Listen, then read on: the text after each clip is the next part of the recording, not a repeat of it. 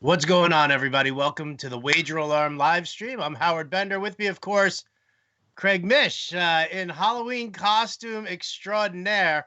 I guessed Mad Hatter originally. I apparently was wrong. Craig, why don't you tell everybody what you're dressed as? Willy Wonka, my friend. Where is your chocolate bar? Where is your golden ticket? I have neither. Where is your... I have a super contest ticket for you. 5 teams. 5-0. 0-5. Could be either. Well, you know what? I hear those tickets make the chocolate taste terrible, so... Wah, wah. Really, Charlie, what do we have for tonight? I'm gonna quote Willy Wonka, and you don't even pick up on the quote. Listen, I'm doing the best I can. All right. Are you? I tried. What at a scale of 1 to 10? At least I gave you a 4. Yeah, I'll go 2.5 to 3 right now. Oh, Where's the hat? Where's the top hat? It was the last minute thing. Where's your Snosberry wallpaper? I mean, to not even have a chocolate bar in hand and say that you're Willy Wonka is a bit of an atrocity. I think that's. Oh, wait, here we go. Can I interest you in a little hand sanitizer? No, thank you. I've got some of my own. Hello. All right. Well, here we go. Halloween shenanigans here, brought to you by Willy Wonka and Howard Bender. It's time to talk Super Contest picks. There's a lot of stuff going on. There's a lot going on in the games, Craig. Instead of getting all the COVID nonsense that we keep getting inundated with every week, this time it was all about the weather. Yeah. And we're talking about at least 5 different games who are supposed to be dramatically affected by either heavy winds, 20 to 25 mile an hour, 40 mile an hour gusts, or in some cases like Baltimore and Buffalo, it's supposed to also be kind of rainy. How do you factor in a lot of the weather when it comes to making picks against the spread? I know that you pivot to the unders usually in those games, but talk to me about the other way. Well, I think that a lot of the teams that are at home get an advantage because, again, when you're talking about weather, at least you would think that they're used to playing in those elements and they've practiced in it for the last few days. So you would think that there'd be some sort of advantage to that, but any kind of home field advantage, as we know, has been taken away by the lack of fans. So I think in particular in the Cleveland game, I think that's the one game to me that I may have been more interested in, but given that fact and the fact that Mayfield essentially has had one good passing game in the last 5, and although I'm a believer after watching that game, I think it could affect things. They don't have Nick Chubb. So, look, it could affect teams different ways. We know the Bears' passing game is not great to begin with, and whoever's going to be throwing the ball there doesn't have the strongest arm, whether it's Mitch Trubisky or if it's Nick Foles, not the best accuracy either. So I would think that factors in for the Saints a little bit. But ironically, a lot of the picks that we used this week didn't really factor into that. I mean, we were aware of it, but I don't think that it played a role in what we selected. No, I don't either, actually. So let's get right to it. We with 3-2 week last week put us just slightly above 500 for the season right now. 7 weeks in the books, right above 500. Feeling good about that. Takes a 4-1 week, a 5-0 week to really just push us into that money line. So let's get to it. First game that we took, Vikings on the road, yes, but getting 6.5 here in a game with, apparently super cold temperatures, right? Very heavy winds as well. They're saying that's 20 to 25 gusts, which could end up 30 to 40 miles an hour. I figure Aaron Rodgers plays in this no matter what anyway, so I don't really worry about the pack given the weather. Might want to worry a little bit about the Vikings and Kirk Cousins, but again, the run defense for Green Bay is absolutely atrocious. I think this is a very heavy Dalvin Cook week. I think that's what the Vikings do. They come in just like they did with Seattle, run the ball heavy, keep the game close. Yeah, and teams off of a bye in the NFL this season are hitting a really good against the spread rate. I don't know what the reasoning for that would be. In general, it seems like it's because they simply have more rest. But it's early in the season. I don't know that a lot of teams really need that. I guess we're kind of halfway through. That's not fair. In terms of the line, We're getting about, I think, a half a point in value here in the contest because the line is now down to 6. The total is the big mover. The total went from 55 to 50 because of the wind, as you mentioned. So I think we're going to find out this week whether the weather really lived up to the billing, so to speak. But for me, in terms of the handicap, Green Bay's played over their head for the most part all season long. They did the same thing last year. They've been fantastic against the spread. But you mentioned really the key number here, which is the running game. And I don't know what happened to the Packers defense, but I believe they fell behind Houston this past week for last in the NFL against the run. So with Cook back, it would seemingly be a low-scoring game. We know at this point who the Vikings are. They're not going to beat you through the air anymore. It's going to have to be with Cook on the ground. So essentially what we're hoping is for a field goal one way or the other at the end of the game, and we'll take the points with the Vikings on the road. Well, now they faced each other in week 1, different scenario in week 1, and I think really the Vikings are looking to get it going, and the Packers really have shown that shortcoming on their run defense. So I like that pick. Next pick, we're taking the Titans. We're laying 5.5 points here to the Bengals, getting a point in value here because this line is at 6.5 right now. Derrick Henry all day long. I mean, to me, this is going to be a scary one for the Bengals. Yeah, and it really, again, if weather factors in, it does favor Tennessee here. The total went from 55 again to 50, and the spread went the opposite side. You would have thought, well, maybe it'll close down and some value in on Cincinnati, but definitely not the case. Tennessee up to 6.5, opened up at 4. Late Sunday night, early Monday. And if it comes down to the two running games, this is a huge advantage for the Titans with no Joe Mixon on the other side. So I'm not confident that Tennessee is going to stop Cincinnati altogether because they have yet to prove that in a game this year. Their defense is definitely down from where it was a year ago. But as we've talked about, it's kind of time to fade the Bengals a little bit here because you can only play so many close games and have your heart broken without just assuming it's going to happen. And we saw that with Atlanta a number of times this year and even last year. So I don't know that this game will even be particularly close. We do like Tennessee in this one big. Yeah. Further down on the slate, we're looking at the Seahawks here, laying 3 points to the 49ers. Interesting scenario here. We're looking at everybody hurt in the Seahawks backfield. It might mean that DJ Dallas ends up as their starting running back. But I think really this just comes down to the 49ers defense not being what it once was over the last couple of seasons and, dealing with the injuries that they are dealing with. And it's Russell Wilson, it's Tyler Lockett, it's DK Metcalf. There's no Richard Sherman in the secondary. So you look at either cornerback that they have going up against Metcalf, and there's a significant size differential that Metcalf has a major advantage. And then if you look at Tyler Lockett coming out of the slot, who is it? Jamar Taylor, I think, is the slot corner for the 49ers. I mean, that's Lockett all day long. Taylor's been getting burned by slot receivers. He's given up 3 straight touchdowns to slot receivers in the last 3 weeks. So I like Seattle here at home, laying those points. What's interesting is that with the huge game with Lockett last week, if I would have told you that those were his numbers before the game, you probably would have guaranteed me that Seattle come out on top. But I think that what last week may have showed, which is really interesting, is that if the Seahawks don't get Metcalf going, that may be the only way they lose a game this year in the NFL. They are really to blame, I think, for really not opening up the offense a little bit last week and focusing so much on Lockett. The one time Metcalf did catch a pass, we saw him run all the way down the field and score a touchdown. So running game is a little concerning. But I think that you could say that on the other side of the ball, too, with San Francisco. Look, Mostert and Jeff Wilson have definitely proven to be viable in the running game, and Wilson and Mostert have won games outright for San Francisco this year. Now I would have to think that we're taking a dip down in talent here with that running game for sure, because while Coleman may be back, McKinnon is being discussed. I don't think McKinnon's going to be a factor at all. I'll be even surprised if McKinnon plays. This kid Hasty from Oklahoma State, he was really good there. And he certainly could be good in this game. And maybe it is just whoever runs for San Francisco is good. But they are down to like their 3rd or 4th string in that spot, banged up all over the place. They do have to go on the road here to Seattle. And it's not like this is a huge number that Seattle's laying 4 or 5. So massive game for the Seahawks here. I think, in my mind, look, I think we consider Seattle the favorite to win the division.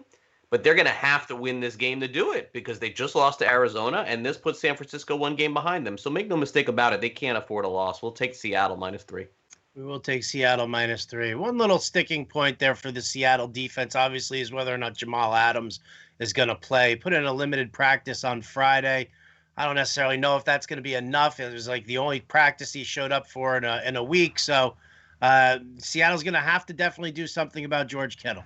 If they don't do anything about George Kittle, then this game could be a little closer than I like. But, I mean, still, we're laying only 3. It's not like we're giving up 7.5. So. Right, and again, we're picking 5 games. If we started off and said, "What's our favorite game?" This would not be one of them. But you got to pick 5 games, and you got to try to pick the best 5 on the board. So this is one of the 5. It may not be the favorite. Well, we know what your favorite is, Craig, and why don't we get to that right now? Mm-hmm. Well, why don't you go ahead? I'm gonna let you break this. Let me verify the line is what it is, just to make sure where it is right now. Okay, so So this week is a big contrarian play for me, and I like Denver this week at home against the Chargers for a number of reasons. Reason number 1 is outside of the Cowboys, the Chargers are also horrible over the last 10 years against the spread as favorites. Just absolutely terrible, almost an instant fade. That's first of all for me. Second of all, I don't think there's any question that when you match up the Chargers and Broncos, I don't think that you're looking at a huge advantage for either team. Do I think the Chargers are a little bit better? Sure. Is their offense a little bit better? Yes, probably a little bit better. But when I look at a game like this and I see 2 teams that are more or less even playing, if I make a spread, the most that I would ever make this game is Chargers pick'em or Chargers -1. I don't think they have any business being a road favorite in a place that notoriously is still a tough place to play in Denver. Also, the coaching of Denver is poor. They play a very conservative offense. So this isn't the kind of game I don't think that you're going to see like last week where the Chargers had to go toe-to-toe with Jacksonville. And look how much the Chargers were up on Jacksonville, and the Jaguars just kept coming back on them. Their defense, which I thought going into the season was top 10, has been bottom 10. So I do think it's just a matter of looking at the value here. And I know that the line has moved up even a little bit more to give the Chargers -3.5, but I just think it's a good spot for Denver. Maybe not to win, but to cover in a low-scoring, sort of kicking field goal type game. Because Fangio at this point, what he's proven, Howard, is that anything that's more than 2 yards, he ain't going for it. He's kicking the field goal. 4th and 2, 4th and 3, 4th and 4, it's field goal time. Taking the points. And those are guaranteed points on the board. Their kicking is good. Right. So, less chances to win, more chances to cover. A low-scoring game, I like Denver plus points. And I don't like Denver at all. I know. I'm still stunned by it. With everything that you've said to me about your feelings about Denver, I even tried talking Denver up in the preseason, talking about Pat Shurmur, and he's taking over this offense. And yeah, no, I didn't believe any of it because again, the coach is going to be the one that's going to make the final decision there, and I don't think Fangio is brought back next year. It is shocking to me that you have John Elway running the operation there, and they're still stuck in 1992 offenses here. Like it is very surprising to me. I understand that they lost Sutton, I get it, but they just don't play aggressive at all. And if you watch those games, it's the same thing 2 years in a row. Maybe it's Drew Lock, I don't know. Maybe it's the way that they call the plays. But if you're watching that game tomorrow, late in the afternoon, watch how many times Denver hikes the ball with 1 second left or 2 seconds left. Like every time, they never get the clock as much as possible. And why? What is the point of that? Like you're not the Chiefs. Like you're not up 31-0. Like I would think that you. I mean, it's almost like they're like trying to outstat time of possession with other teams. It's very bizarre. I don't know why they do it. Rivers did it toward the end of his career with the Chargers. They felt the time of possession was going to help them in the long run. And there's like a stat that shows if you win time of possession, you're going to win 60% of your football games. But you also have to have a good team. So Denver does not, but that's conducive to covers. And I wouldn't take Denver on the road at any point. But let's be real.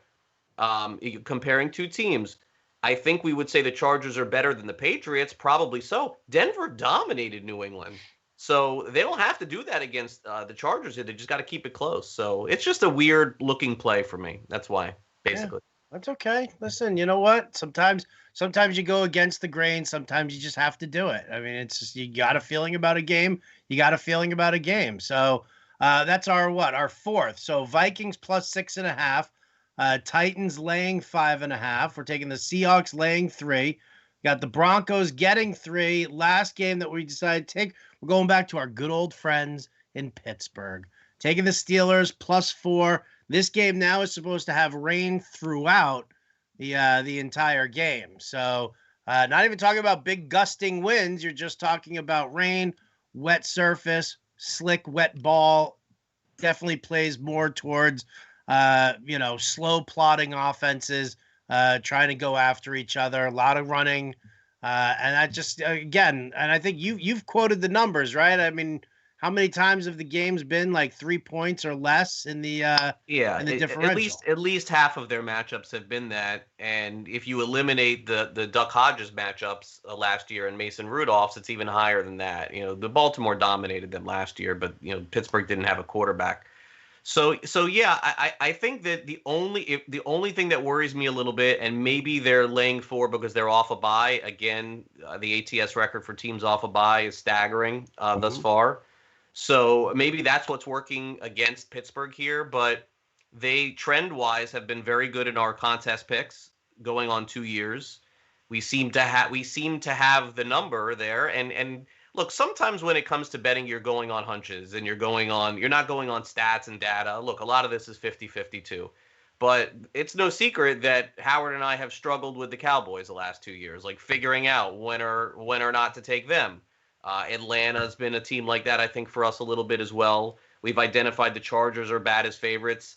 We seem to be pretty good when we're picking the Steelers. And it's not that we pick them every week. This would be the 5th time, I think, in 8 or 9 weeks. Probably. But when we do, they seem to win and cover. And by the way, the times that we didn't pick them this season, they didn't cover in all the games this year. They were not perfect. So we're going to take them plus the 4 and assume that this will be a 3-point game. The weather will help if it is bad, of course, in this situation. And look, you also, when you're taking a dog of this size, 1, 2, 3, 4, even 5, you have to believe that the dog you're taking is going to win. You have to think that they're going to win. If you're taking a plus 3 thinking it's just going to be a cover, you need to take the other side. And I do think Pittsburgh has a chance to win, so that'll be our final play. Beautiful. Love it. Lock it down. Those are our 5.